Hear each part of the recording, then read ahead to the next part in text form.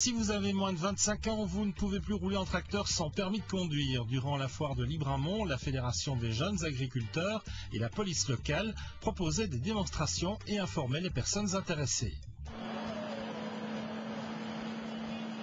Faut-il, oui ou non, un permis pour conduire un tracteur? De nombreux agriculteurs ne se sont certainement jamais posé la question, et pourtant, si vous êtes né après le 1er octobre 1982, vous devez posséder un permis spécifique pour la conduite d'engins agricoles sur la voie publique. Une mesure obligatoire depuis bientôt plus d'1 an, acceptée tant bien que mal par le public présent à la foire agricole de Libramont.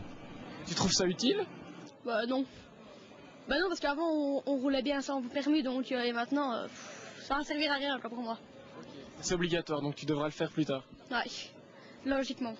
Permis de conduire G, vous trouvez ça intéressant, vous trouvez ça utile?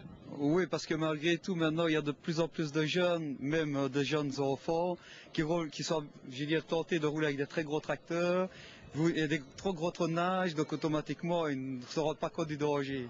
Contrôle technique préalable, marche arrière en ligne droite, virer dans un garage en marche arrière, sans oublier l'attelage et le dételage de la remorque, les 4 manœuvres nécessaires à la réussite de l'examen étaient présentées à l'espace Génitech de la foire. Des manœuvres explicitées et décortiquées par un examinateur agréé.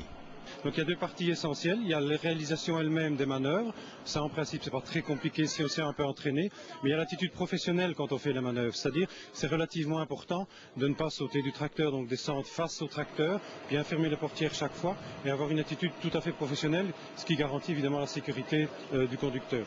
Alors que les demandes pour passer le permis G sont de plus en plus nombreuses, une réglementation pour le moins complexe sème la confusion dans l'esprit des gens. Il était donc temps d'agir et de prendre les choses en main. Depuis quelques mois, la Fédération des jeunes agriculteurs suit les évolutions du dossier et informe les personnes intéressées.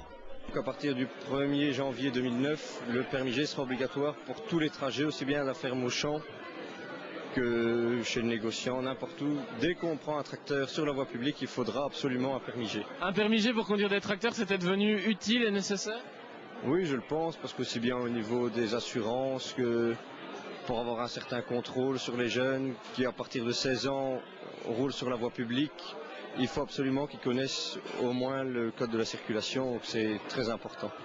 Au stand de prévention de la police locale, les visiteurs de la foire pouvaient également obtenir des précieuses informations sur le permis G. Qu'est-ce qu'on risque si on roule sans permis de conduire?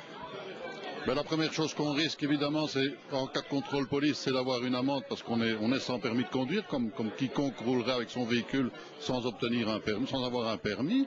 L'autre risque évidemment, c'est en cas d'accident.